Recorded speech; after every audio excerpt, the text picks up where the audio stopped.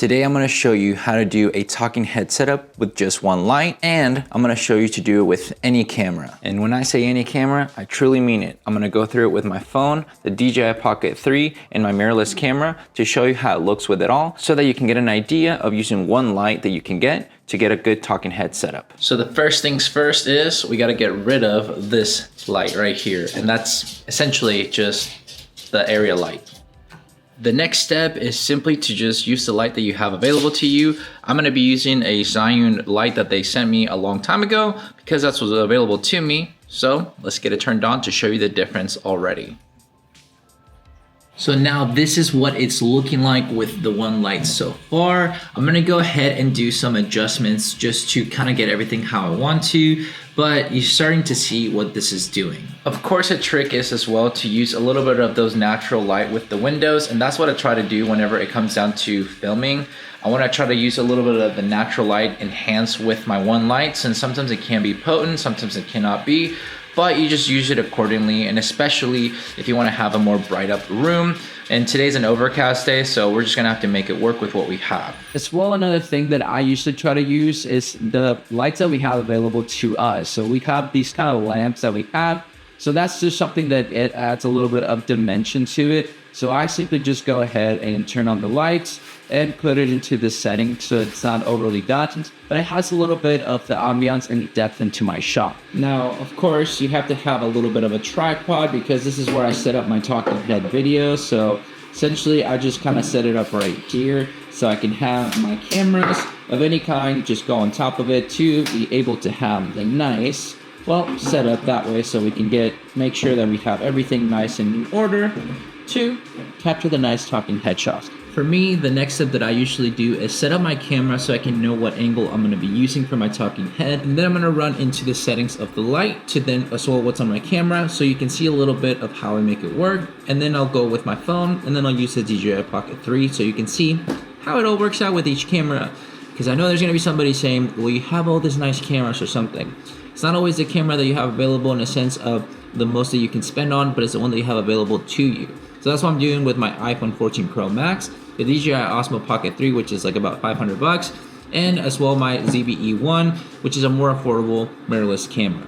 And these are the settings that I usually use depending on how bright I might need it, because it could be darker over there. I might have to go maybe a little bit higher to 60, but I try to keep it at 31 Kelvin. You can do whatever you need to for yourself, but this is what I do personally. This allows me to just make sure that I'm nice and well lit, but as well not just being overlit, because depending on what camera I'm using, I might have to lower the temperature. I might have to lower down the dim kind of section just to make it either harsher light or less light in a sense. But I also use this lantern type of light box because it just kind of illuminates a little bit behind me, and it isn't as controlled as if I use the type of one that has like the mesh into it to be more controlled and spill a little bit less.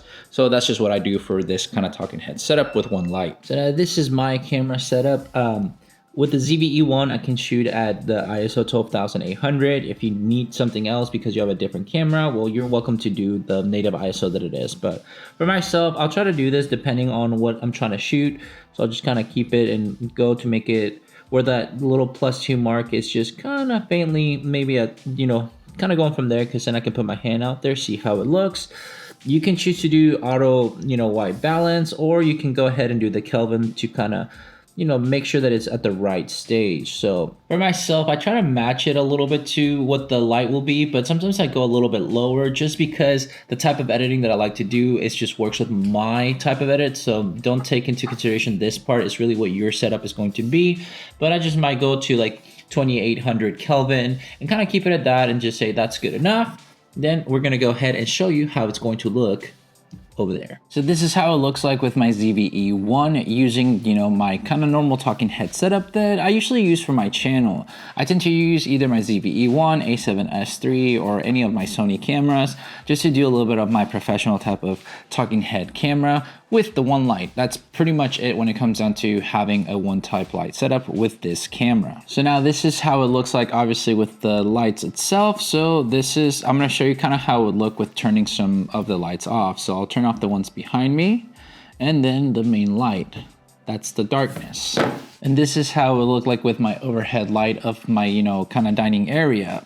not really appealing. So we're gonna go back to the other one little by little. So let's turn this off. Now we'll turn on the normal key light, and then we'll turn on the nice little kind of accent lights that we'll have, since we have a little bit of that natural light coming through. But this is how it looks like with my ZV-E1. Now let's see what it will look like with my DJI Pocket 3. And this is how it looks like with the DJI Osmo Pocket 3. I have my key light coming in from over here, and as well I have a little bit of an accent light that I had from the living room, but that's just how it would look like with me using it as my talking head setup if I only had this camera, since it's very affordable and it has very good pro qualities that I've been testing out and I've been enjoying. So I wanted to kind of do this type of camera setup, since it could be an affordable thing to do if you don't want to use your phone, which in a bit we'll do this one, but I want to run down with turning off the lights so you can see as well. So we're going to go ahead and turn off basically the little bit of accent lights behind us, just to kind of show you a little bit of how it starts to look. Not so great, right? And then we're going to turn off our key light. It looks scary and spookily dark. So we're going to turn on the overhead light so you can see what it would look like if I only use my overhead light. This is with the overhead light. Not really appealing. I wouldn't recommend it, because I know you can kind of maybe make do with what you got, but in all honesty, I would try to use more of the window light if possible, if that were the case that I needed to have something going. But that's just kind of how it looks like. So yeah, I mean, is it something that we're gonna be happy with? I don't know. But we're gonna go back to the good stuff. Back to our key light and our lovely kind of a little bit of fill light in the background, just to add a little bit of dimension in our shot. But this is with the DJI Osmo Pocket 3.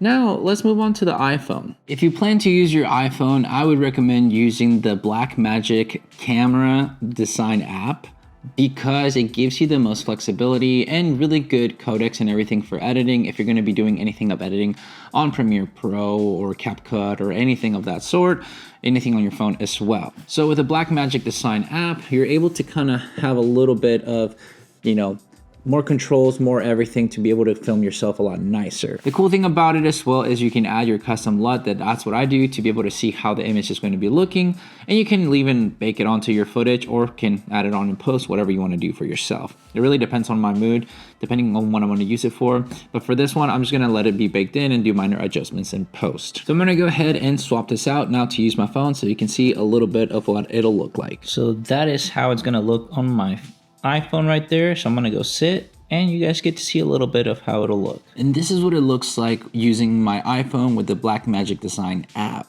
This is what I would do normally if I would really need to go ahead and take footage within my phone itself using one light this way to ensure that I can do it as professionally as possible with the gear that's available to me.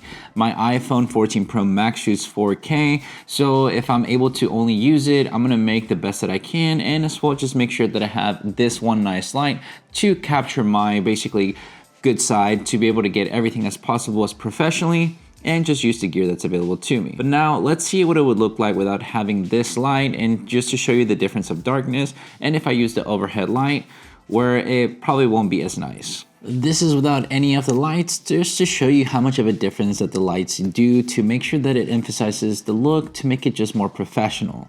I'm gonna go ahead and turn on the overhead light so you can see that as well. And I'm gonna keep the same Kelvin that I've been shooting with the light, just so you understand how the Kelvin was working. And this is with the overhead light of my dining room area, so you can see what it's doing. Is it gonna be the best out there? Probably not. I would honestly just kind of steer more to using natural window light as much as possible and try to figure out what time of day to, film.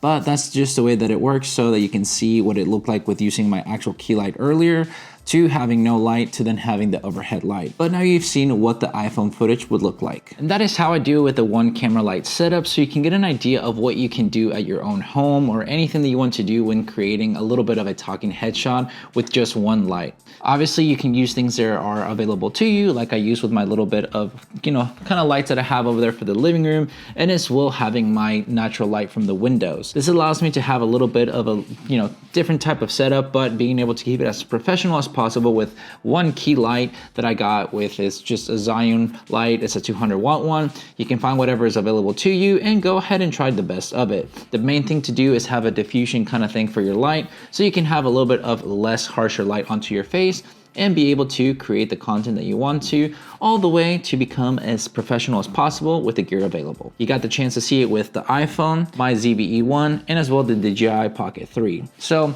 pick and choose what you have to use for, content creation for your videos and everything, and go ahead and make yourself look professional with whatever camera you have using one light. So if you have any questions, please let me know down below. I would love to help you out to maybe figure out what type of lights you might need to get, or anything that you have any questions about today's video, leave it down below. We'd love to help you out. But with all that said and done, guys, thank you so much for watching this video. Make sure to like and subscribe, share this video with a friend. I'll catch you guys on the next one. See ya.